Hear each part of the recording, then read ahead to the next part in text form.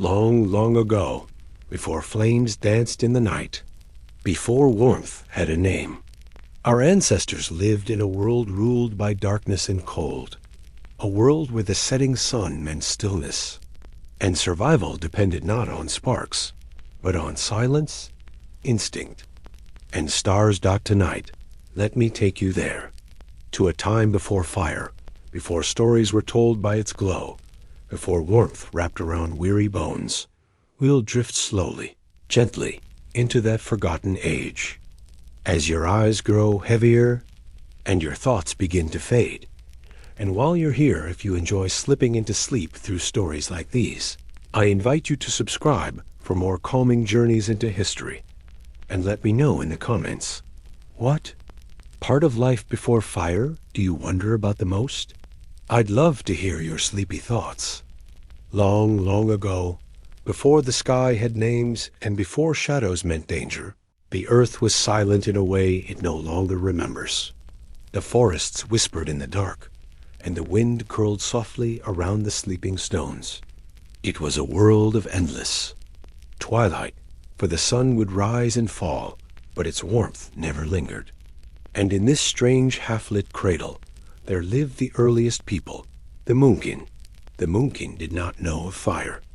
They did not know of light beyond the stars and the moon and the sun's fleeting glow. They were children of cold and shadow, of rivers and bones, of moss and sky. They built no homes, for they had no need of walls. Their beds were the roots of trees, their ceilings the high clouds. Their food was raw, plucked with reverence from the ground or the stream. The leader of these people was an old, bent woman called Amatel, whose name meant dreams in the dirt. She had eyes like quiet water and skin like the bark of ancient trees. She remembered more than anyone. Her tales were not written, but lived. Every evening, as darkness draped the world, she would gather the children and hum her stories. They were songs more than speeches, and in them lived the memory of the earth. A time will come, she would whisper, when the sky gives us a gift, a bright one, a living one. It will eat but not die. It will dance but not flee. And it will speak in crackles and warmth. It will be fire. But no one knew what fire was. The children would dream of it, of a beast that glowed, of a spirit that warmed the bones. Some said it had eyes like stars. Others said it had wings of golden hair. Yet none had seen it, and none dared seek it.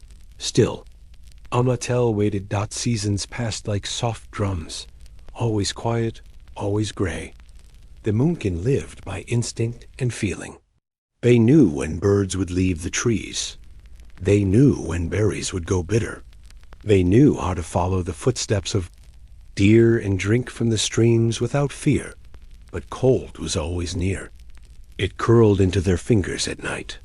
It stiffened their joints. It took the newborns, sometimes, and the old ones too. The people huddled together to share warmth. They wrapped themselves in moss, in leaves, in the furs of fallen creatures. Child named Kor often asked why the cold never slept.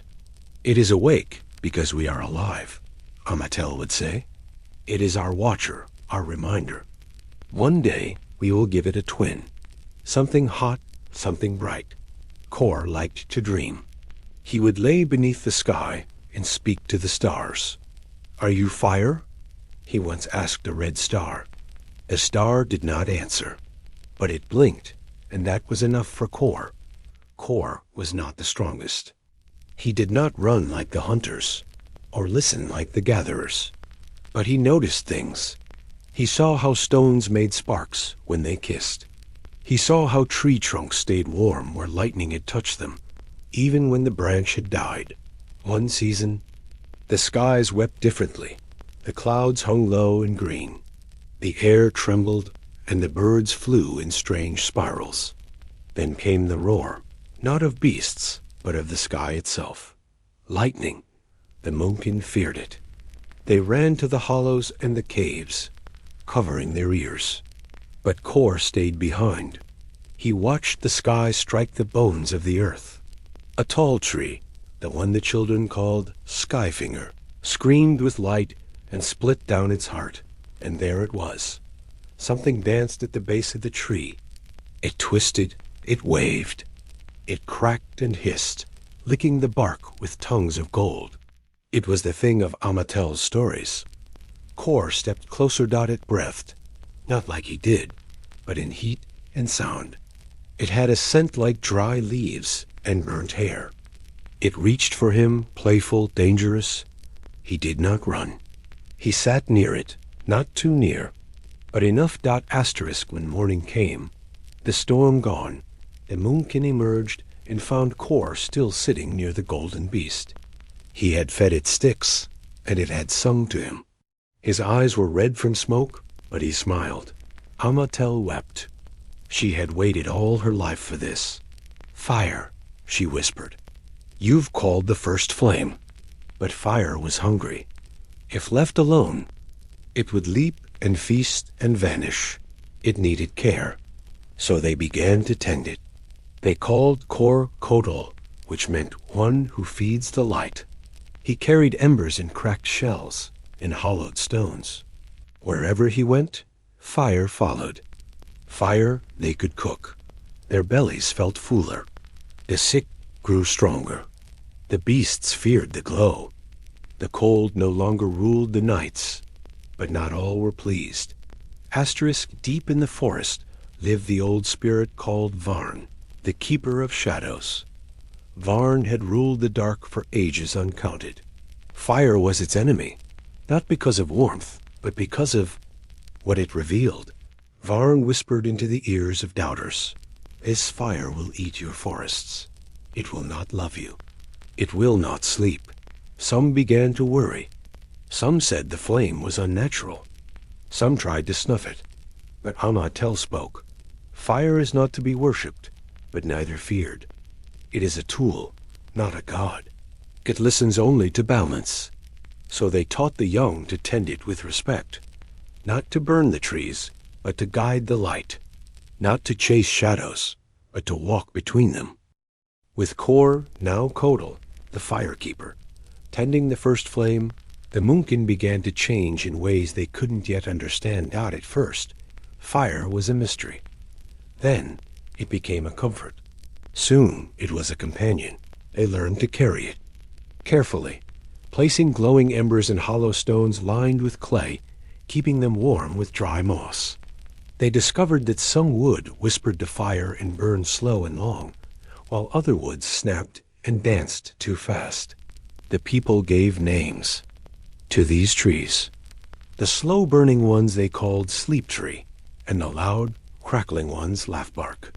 Amatel, aged and gentle, would sit beside the fires at night and tell tales of stars walking the earth in flames. She said the stars had grown lonely in the sky and sent their youngest child to warm the world below. "The child is fire," she would say, "and we are its cradle." Kor took these stories to heart. As he grew older, his bond with fire deepened. He discovered that fire could harden the ends of spears, make stones brittle, and light the dark caves where no sun reached. But he also learned its temper, how it could bite, burn, and vanish if left starving or wild. And so he sang to it. Each morning, before the tribe stirred, Kodal would whisper to the flame in words no one else understood. Slow, rhythmic chants with no meaning but deep feeling. Over time, others began to imitate him. Fire had become not just survival, but ritual. These rituals were called the Ember Trails, small paths of sparks left behind as fire moved with them from forest to cave to riverbank. They were not trails of destruction, but of memory. With each flame lit, the moonkin remembered who they were and who they had once been. But the world was vast. Beyond the cliffs of the moonkin lived other clans. One such tribe was the river folk, who built homes of reeds and sang songs to the water. They had never seen fire. They thought the moonkin were blessed with stars in their hands. When the river folk first saw the glow of the ember trails across the horizon. They thought the sky had fallen.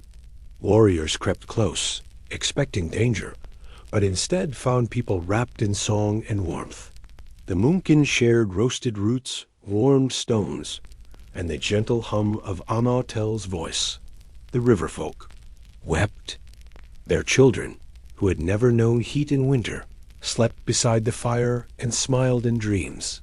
But not all was peace. Among the river folk was a wise man named Tarnal, who feared change. What warms also burns, he warned. What glows today may consume tomorrow. So the river folk left, taking a single coal wrapped in clay. They promised to remember the Munkin's gift, but keep fire hidden, a secret only for need. Many tribes would do the same. Some welcomed fire into their lives, slowly, cautiously. Others stole it, tried to make it obey without care, only to lose trees, homes, or lives. These tales spread 2.kor. Kodal walked the land like a quiet teacher, not forcing flame into places it was not welcome, but offering it as a seed, not a weapon. Years passed like smoke trails, soft and vanishing. Amatel, old as moss, and memory grew quieter. One morning, she did not rise from her root bed. Her hands, still curled as if to hold a story, were empty. Her breath had left with the morning fog. The Munkin wept, even the stones, it seemed, grew still. Kor lit the flame of memory, a quiet, tall fire with no crackle, just warmth. They fed it dried flower petals, soft wool, and pieces of her. Story sticks. The smoke rose in spiral shapes, and the people said it carried her dreams to the star's dot after that. Fire became sacred in new ways. Every death was marked with it. Every birth was welcomed beside it. Fire was now a part of the cycle of being, not just warmth, but witness. The Munkin carved a spiral in the bark of a tree beside the flame, naming it the Tree of Amatel, the first flamekeeper in story and soul. One day, Kodal wandered far, driven by dreams he didn't understand. He followed a river until it bent into a place where hills wore crowns of stone. There, in the belly of a cliff, he found a deep cave dot. It was a black place, silent and old. He entered with a small ember. Inside, he painted the story of the Munkin, of Amatel, of the first flame, of shadows and the cold.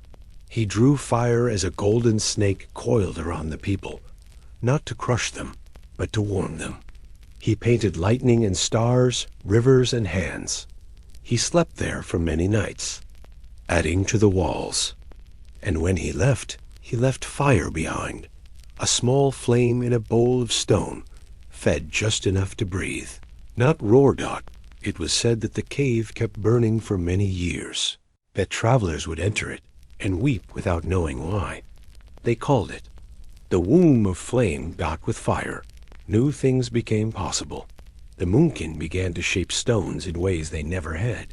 They made sharp tools, hardened clay, cured meats, smoked leaves. They began to cook not only food but stories, blending truth and dream until they could no longer tell which was which. That they liked it that way. Children born into the world of fire never knew the constant cold of old. They learned to walk with embers in their hands and knew when to step back. Fire taught them distance and closeness, rhythm and patience. Some began to dance around it. Some began to pray. But Kodal would often say, fire is not God, it is gift. And gifts must be remembered. He grew old too. One evening, knowing his time had come, he walked alone to the tree of Amatel. He sat beside it, lit a small flame, and spoke softly to it. He told it thank you, and when the wind rose, carrying ashes into the night, the people knew Kor had become a story. Now, many ages later, the fire is everywhere, in the heart of your home, in the spark of your eye, in the dreams that flicker when you sleep. But the first fire still sleeps beneath the roots of that ancient tree, coiled in the memory of a boy who dared sit beside a burning branch. If you ever find yourself in a forest, cold and unsure, light a candle or even imagine one. Asterisk that light remembers Kor. It remembers Amatel. It remembers the age before fire, and how light came gently, with song and sleep. So let your eyes grow heavy. Let the flames in your thoughts grow small and still. The world before fire is far behind you now. You are warm. You are safe. You are remembered. And the fire, the dream of fire, sleeps with you. Asterisk time passed like wind over long grass, not seen, only felt. The Munkin, now fire-bearers, became known to many tribes as the people of the Ember Heart. Some came from far off, valleys and ice-covered lands, to see their glowing circles. Others only whispered stories around shadowed fires, never daring to approach.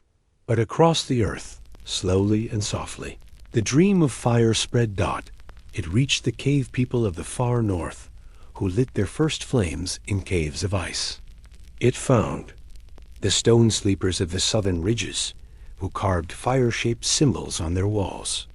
Even the tree climbers of the emerald forests learned to kindle tiny flames in hollowed-out gourds, letting the smoke chase away biting insects. None knew Kor's name, but they felt his breath in the firelight. None remembered Amatel's face, but they repeated her stories in dreams. Fire had changed everything. But with each change came a stillness, a kind of pause, a hush before the next chapter. Far away, beyond the threefold river and the whispering plains, lived a tribe known as the Yunda, the slow ones. They were not slow in mind or body, but in manner. They took time to speak, time to move, time to think. To them, the wind spoke only if you waited long enough. Even the trees, they believed, said more in silence than in sound. When they first saw fire, it was in the hands of a traveler, a girl with rough feet and a spark in her eyes. She carried a clay bowl with an ember and offered no name. She said only, "I brought you something that listens when you feed it." The Yunda did not rush to use it. They placed it on a stone and watched it for 3 days. On the 4th, they offered it a curl of dry grass. It answered with a puff of orange. They nodded. "It is a guest," said one elder. "It is a story," said another. "No," said the oldest. "It is a mirror." And so, the Yunda built their homes in rings around small fires. They added nothing unnecessary. They fed it with fallen twigs only. They listened to its voice in the night, soft and crackling like memory. They gave it no name, not out of fear, but respect. Among their people was an elder woman named Solin, who wore necklaces of hollow seeds and walked with a staff of driftwood. Each night, she sang to the fire in the lowest, slowest voice, telling it what the village had learned that day. Sometimes she would say nothing for long moments, and the fire would flicker, as though answering in its own rhythm. And slowly, the Yunda began to believe that fire was not just something that burned wood. It was something that remembered. Meanwhile, far from any tribe, deep in the heart of an ancient forest, something curious began to happen. Fire had never been brought here, not by people, not by lightning. The trees here were tall as clouds, and their roots made bridges between hills. The animals that lived within were quiet, wise, and strange. But one evening, a small ember, left behind on a traveler's dropped branch, caught in a hollow beneath an old tree. The fire woke. It burned softly, careful not to spread. It warmed the earth, and the creatures came close, not with fear, but wonder. A fox curled beside it and fell asleep. A great owl stared into it for hours. A beetle carried a flake of ash on its back like a crown, and as days passed, the forest did not resist. It accepted. It watched. It changed. A vine flower bloomed early near the warmth. Mushrooms grew in strange spirals around the ember spot. The air smelled different, not of smoke, but memory. And in time, the forest too told. Stories, not with words, but with scents, wind, and Thiwe light hit the leaves. The Mungan never found this place, but they dreamed of it. There was once a group of wanderers called the Velu, who moved from shore to shore in curved boats shaped like crescent moons. They lived mostly on fish, fruits, and the wind's favor. When they encountered fire, they were quiet for a long time. "We have the sun, the moon, the sea," they said. "Why do we need more?" But one among them, a boy named Ilu, asked a different question.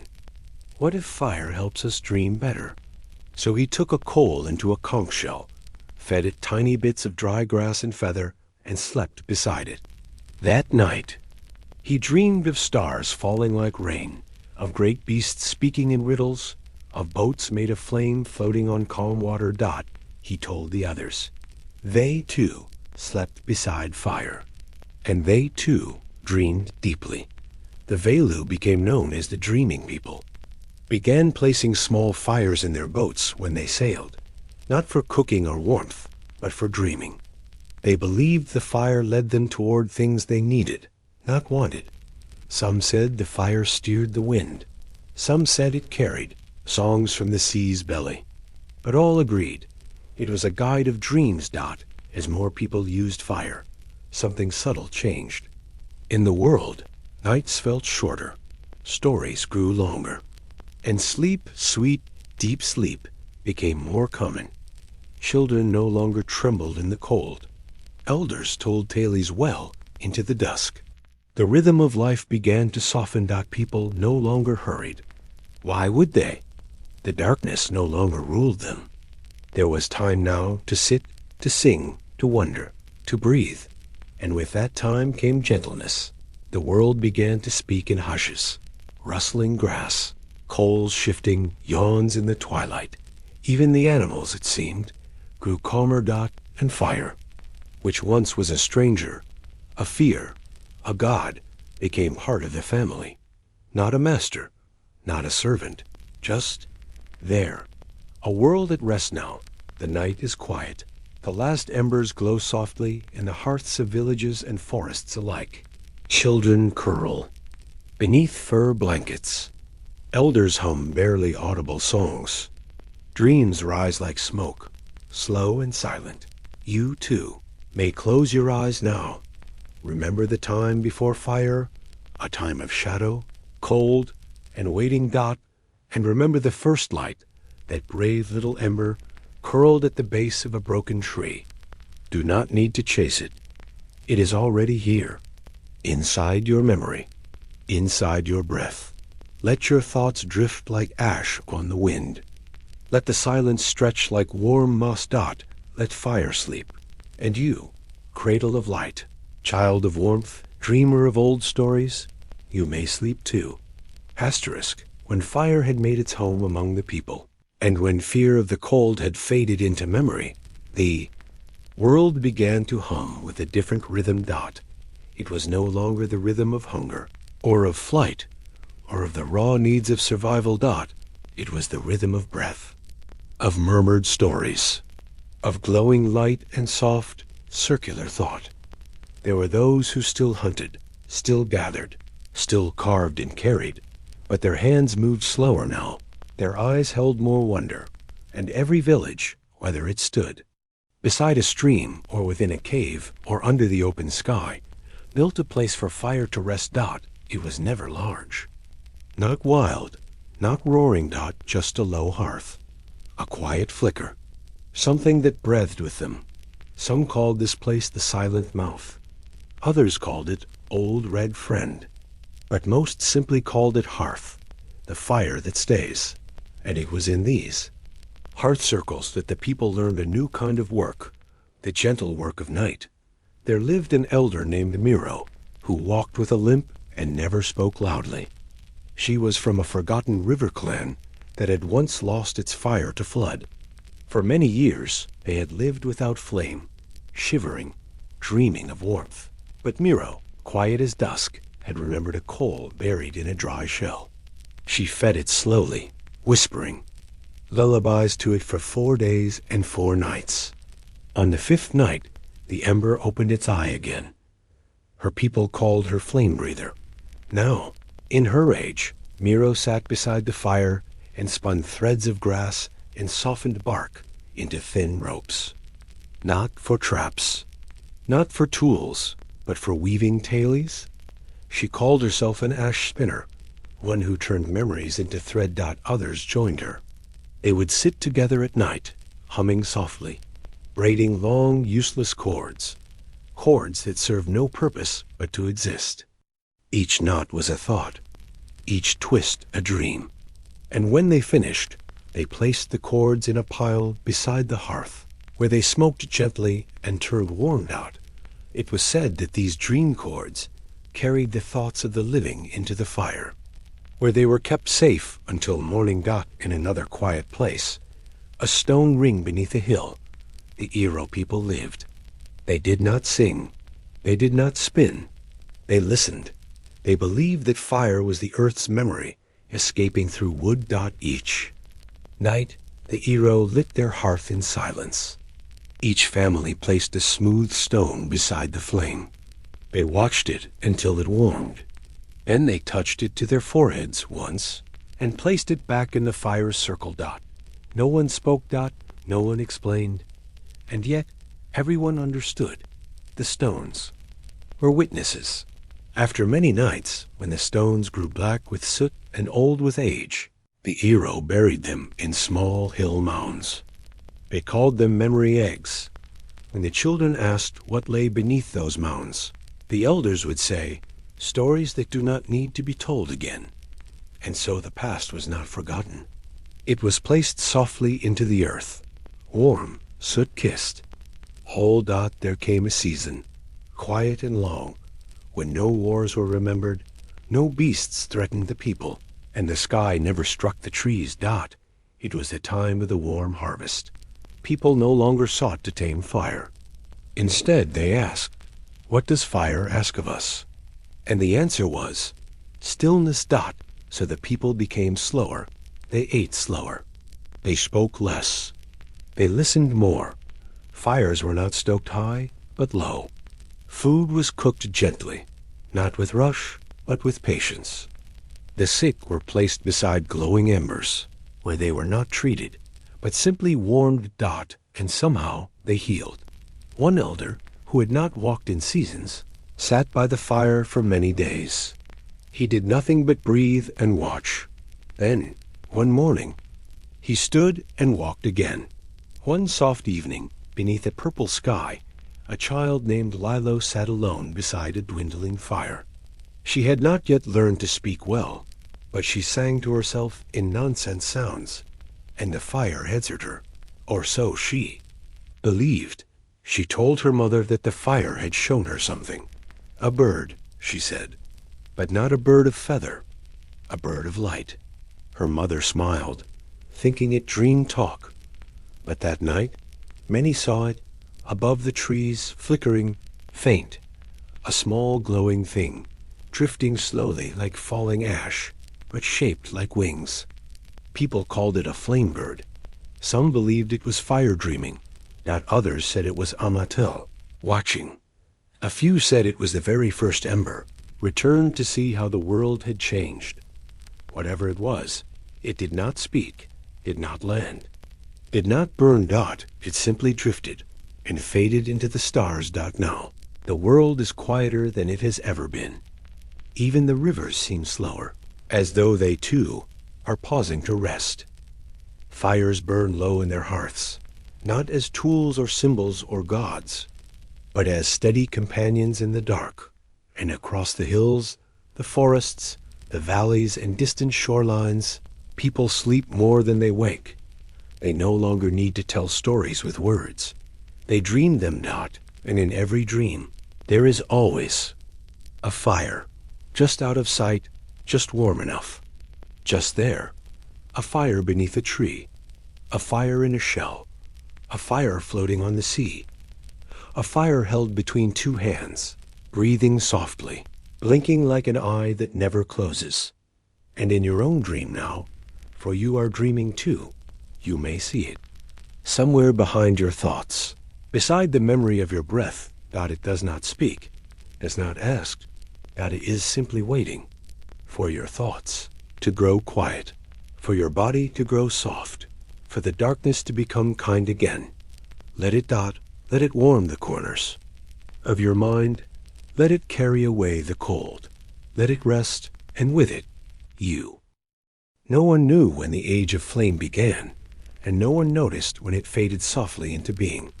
There were no bells, no horns, no lines in the dirt, only the slow turning of the sky, and the glow of embers watching from every corner of every village. People lived with fire so long that they stopped wondering how they had ever lived without it. The memory of cold and constant fear faded like a dream after waking, not quite gone, but soft. Some elders still spoke of Kor the firekeeper.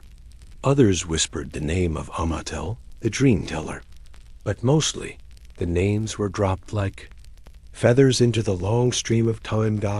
Now the people told simpler stories. Stories of stones that sang when warmed, of soup that always tasted better when cooked slowly, of children who could hum flames to sleep. And of dreams. So many dreams, of floating warmth, dreams of red feathers, dreams of soft flame in a bowl of water that never boiled. Fire had become part of sleep. High in the hills, shaded by mists that never left, there lived a people known only as the Murray.